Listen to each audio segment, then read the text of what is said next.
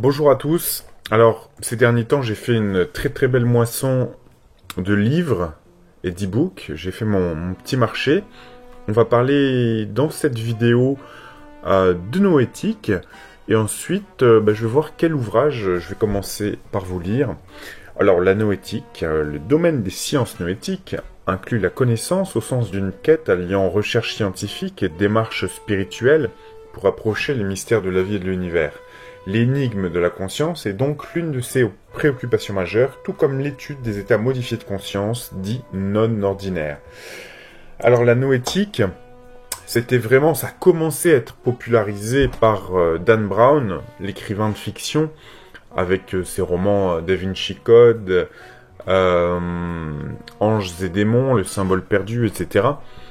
Et vraiment, il insiste dans chaque ouvrage, on voyait qu'il insiste de plus en plus là-dessus. Et ce qui est très intéressant, c'est que ce sont des fictions, mais que bien évidemment, ces écrivains-là en profitent pour glisser des vérités fondamentales sur la nature, sur les lois de la nature, sur la nature humaine, sur les connaissances occultes et ésotériques. Lui, ça doit être un relatif pionnier par rapport à la noétique, parce qu'il nous en parle dès le début des années 2000 dans ses fictions, et c'était très récent à l'époque. Enfin, en tout cas, il nous parlait des plus récentes découvertes. Et je pense qu'on peut faire remonter l'étude de la noétique à la toute fin des années 70, mais c'était vraiment du domaine de l'expérimental. Ça intéressait seulement une poignée de personnes sur Terre, et on parle souvent, vous savez, des conspirations Illuminati, New Age, etc. Mais si on veut vraiment rester dans dans l'objectivité, même si on veut pas verser dans, par exemple, même si, voilà, celui qui ne veut pas être étiqueté comme complotiste et qui ne veut pas parler de choses dont il n'est pas sûr que ça existe, je peux comprendre, hein. Il y a plein de dossiers sur tout ça, mais je peux comprendre. Il y a des domaines qui existent, hein, des gens qui sont férus de sciences noétiques. Pour avoir un peu parcouru les écrivains scientifiques et artistes de ce mouvement-là, ce sont des gens en général très intelligent, bien évidemment. En tout cas, avec beaucoup de connaissances sur des domaines multiples, ce qui n'empêche pas un certain manque crucial d'intelligence émotionnelle et d'empathie et autres. Hein. Science sans raison n'est que ruine de l'âme. Je crois que c'est ça, non? Science sans raison n'est que ruine de l'âme. Bref, il y a des gens extrêmement intelligents. Hein. J'ai parcouru un peu les biographies. Si on parle de gens comme Trinh Xuan Tuan, ce sont des gens qui ont à la fois des cursus en physique, en nucléaire, et qui parlent en même temps de concepts philosophicaux. Vous voyez, enfin, c'est quand même des têtes. Hein. On parle de gens qui ont probablement des QI 135 et plus. Mais voilà, donc il s'agit en fait d'une poignée d'élus qui sont recrutés, qui se font des petits colloques pour diriger une certaine faction, en fait, de l'humanité. La faction du type, vous savez, je vous avais déjà parlé de gens comme Edgar Morin, Erwin Laszlo. Et en fait, petit à petit, le puzzle se construit. Je vous avais parlé de ces gens qui étaient influents auprès des Nations Unies, comme Erwin Laszlo, qui a écrit une théorie du tout quantique, et qui, comme par hasard, est quand même versé aussi dans l'ésotérisme. Il y a aussi des gens comme Jacques Vallée.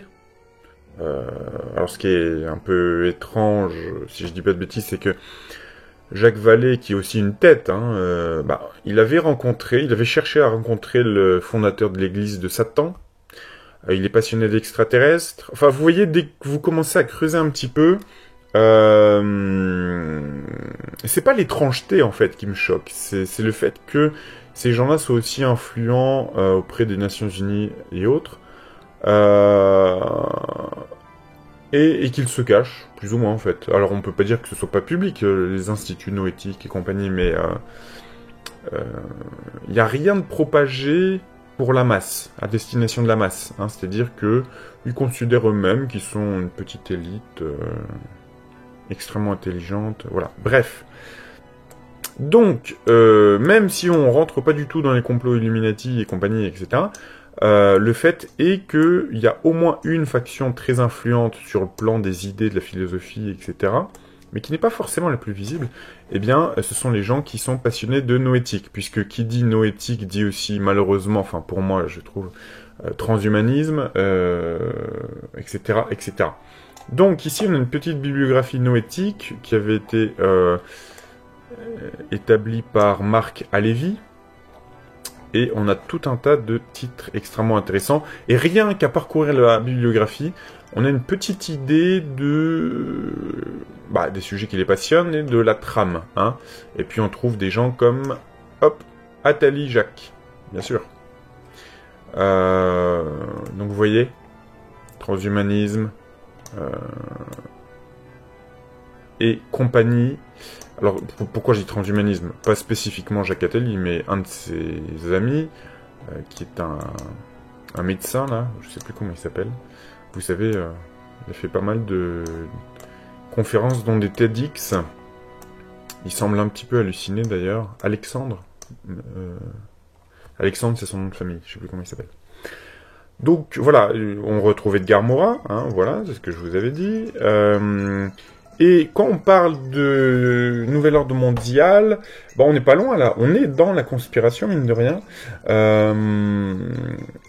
Edgar Morin a préfacé des ouvrages comme il y avait un ouvrage de Babel dont je vous avais parlé, Gouvernance mondiale et bref, et le sous-titre c'était Le monde n'a plus de temps à perdre. Donc oui, quand on parle de nouvel ordre mondial, etc., il y a ces gens-là dedans. Hein, regardez, œuvre romancée qui fleurent la noétique et la noosphère. Faust de Goethe.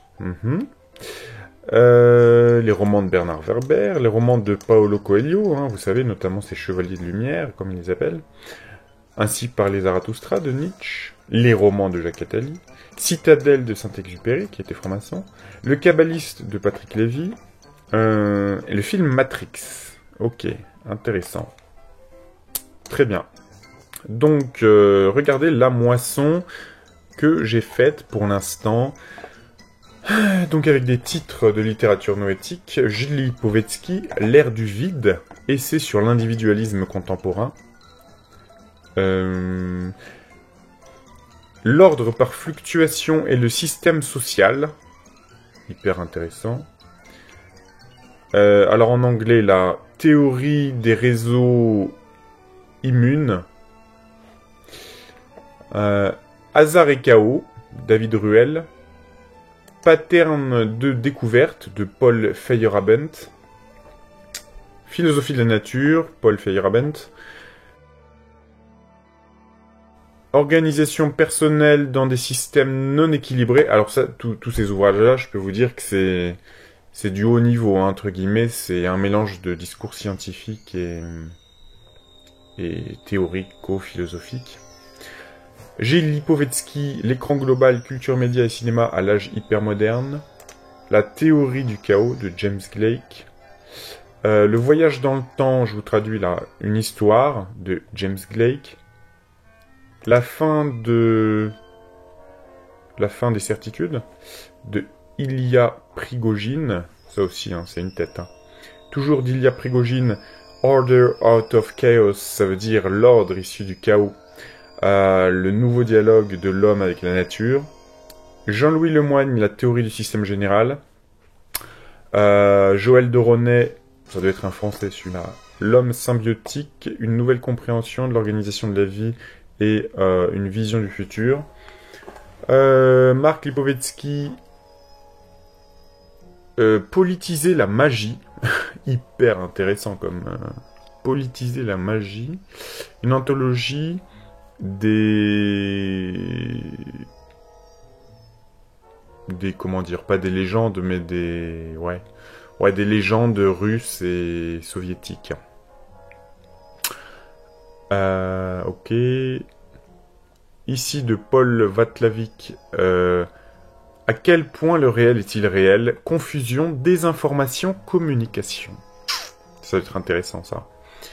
Une espèce de mode d'emploi pour manipuler les masses, probablement, je sais pas. Ici, très intéressant aussi, ça va vous parler, toujours de Paul Václavic. Le changement, principe de formation des problèmes et de résolution de ces problèmes. Hein, et vous savez, quand beaucoup d'entre vous ou moi-même disent, quand nous disons, c'est marrant, c'est intéressant comme certaines élites semblent proposer des solutions aux problèmes qu'elles ont elles-mêmes contribué à créer. Et ben voilà, là tout est dit. Principe de formation des problèmes et de résolution des problèmes. Universalité et fractale. Fractale, très intéressant. Paul Václavic, faites vous-même votre malheur, il a écrit aussi. Ça c'est plutôt du développement personnel entre guillemets chez Eugene Jacob. Comment réussir à échouer? Alors Jacques Attali avait fait des ouvrages assez similaires. Hein. Je me souviens plus des titres, mais quand il décrit par exemple l'homme assisté, le résignant réclamant, là, etc. En fait, ce sont des gens ironiques, hein, ils aiment bien décrire en fait ce qu'est pour eux le loser type, le perdant, et en fait montrer tout ce qu'il ne faut pas faire pour être heureux, ou plutôt tout ce qu'il faut faire pour être malheureux, avec une espèce de cynisme comme ça. Donc on imagine qu'il nous donne les solutions pour être heureux. Paul Václavic toujours, la réalité inventée. Comment savons-nous que... Pardon, attendez, je bug un petit peu.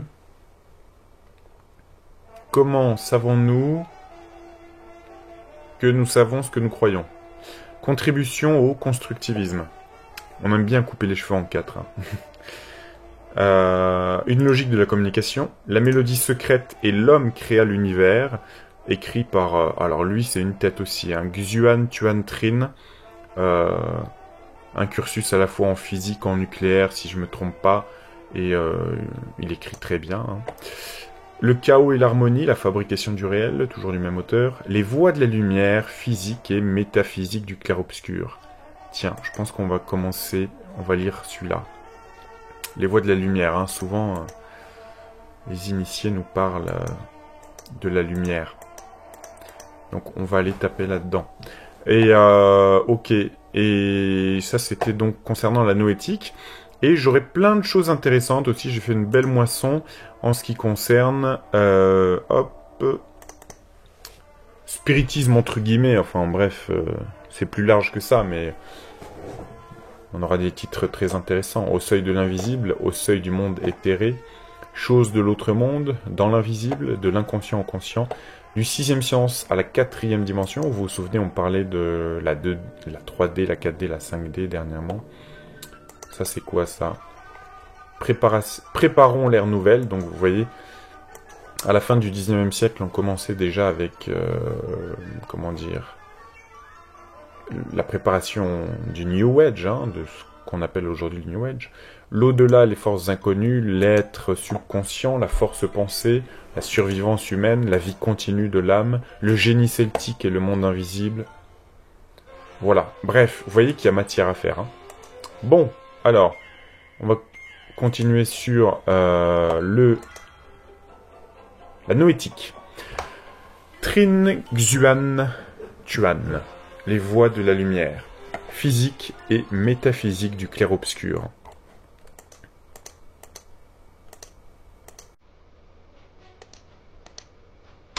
C'est un trou de verdure où chante une rivière accrochant follement aux herbes des haillons d'argent, où le soleil de la montagne fière, lui, c'est un petit Val qui mousse de rayons. Arthur Rimbaud, le dormeur du Val. À ma famille et à tous les êtres de lumière. Avant-propos. La lumière est ma compagne. Dans mon travail d'astrophysicien, j'ai constamment affaire avec elle. C'est elle qui constitue mon moyen privilégié pour dialoguer avec le cosmos. Les particules énergétiques provenant d'agonies explosives d'étoiles massives, ce qu'on appelle les rayons cosmiques ou les ondes gravitationnelles, ces vagues de courbure de l'espace créées par l'effondrement du cœur d'une étoile massive pour devenir cette prison de lumière qui est un trou noir, ou résultant du mouvement endiablé d'une paire de trous noirs valsant l'un autour de l'autre, nous apportent bien des nouvelles de l'espace lointain. Mais ni les rayons cosmiques ni les ondes gravitationnelles ne sont les messagers principaux de l'univers. C'est la lumière qui tient ce rôle. Il ne fait aucun doute que c'est grâce au bon et loyaux service de la lumière que la plus grande partie de l'information nous parvient de l'univers. C'est le messager du cosmos par excellence. C'est elle qui nous permet de communiquer avec lui et de nous connecter à l'univers. C'est elle qui véhicule les fragments de musique et les notes éparses de la mélodie secrète de l'univers que l'homme tente avec tant d'efforts de reconstituer dans toute sa glorieuse beauté. Alors, un instant, ne quittez pas, je vais juste chercher une petite note.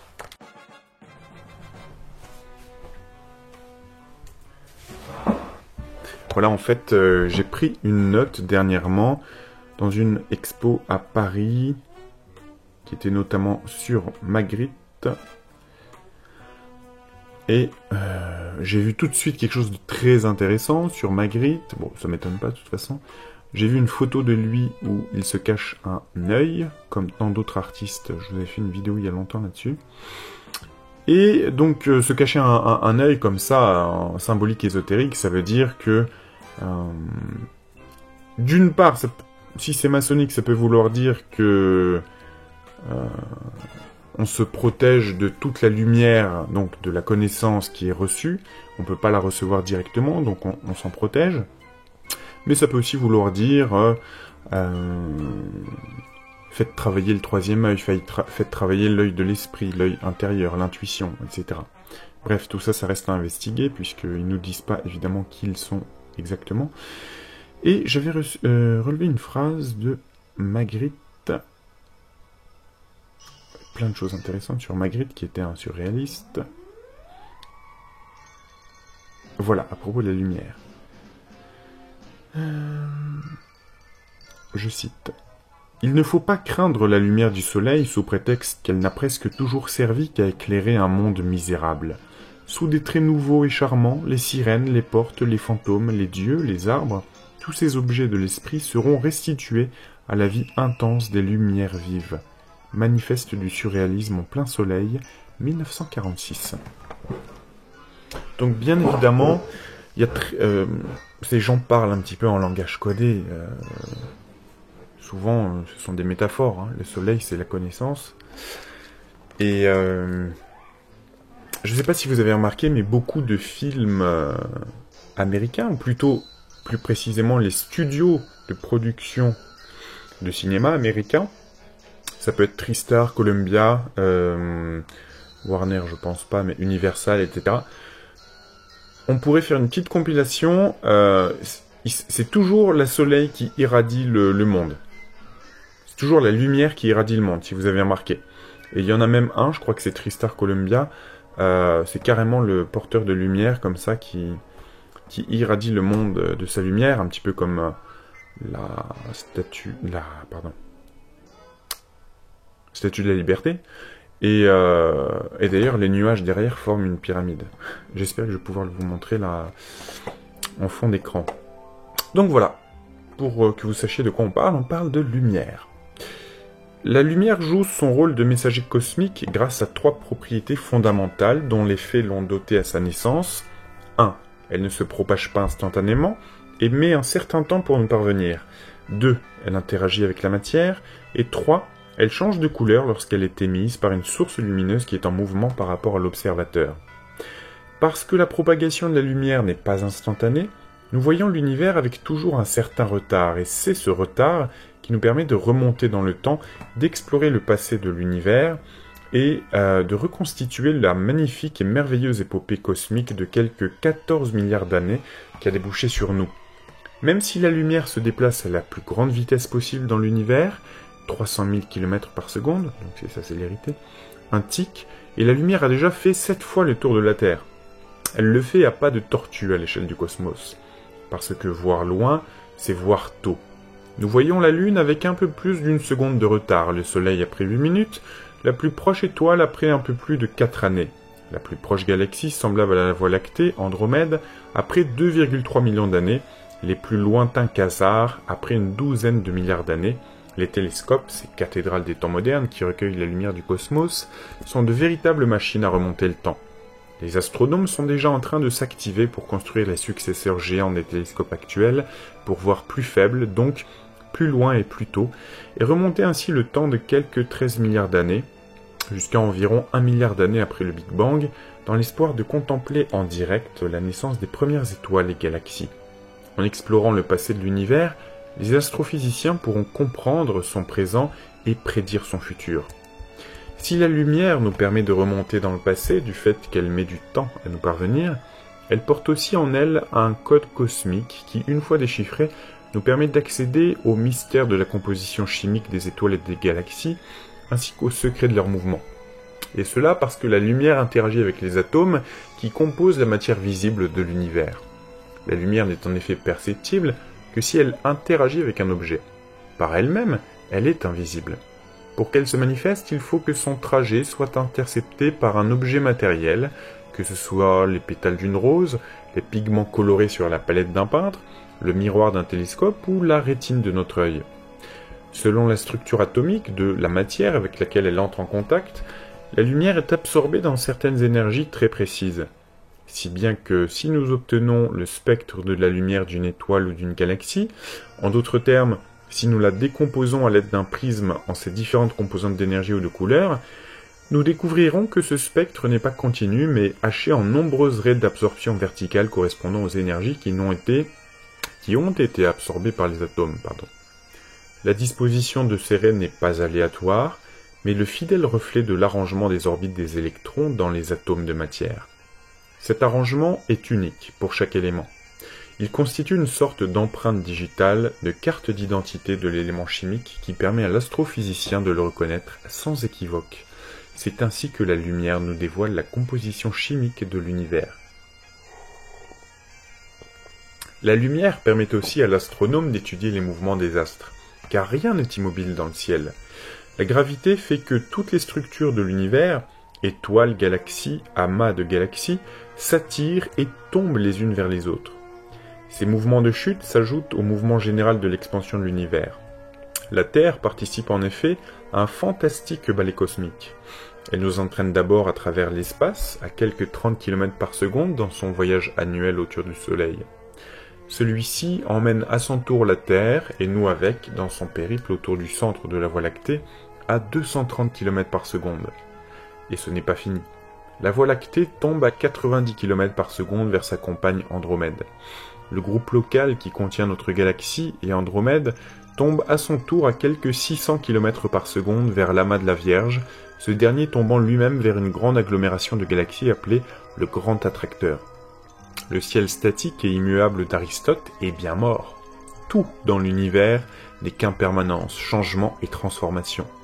Nous ne percevons pas cette agitation frénétique parce que les astres sont trop distants et notre vie humaine trop brève.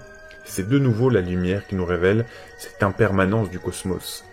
Elle change de couleur quand la source lumineuse bouge par rapport à l'observateur.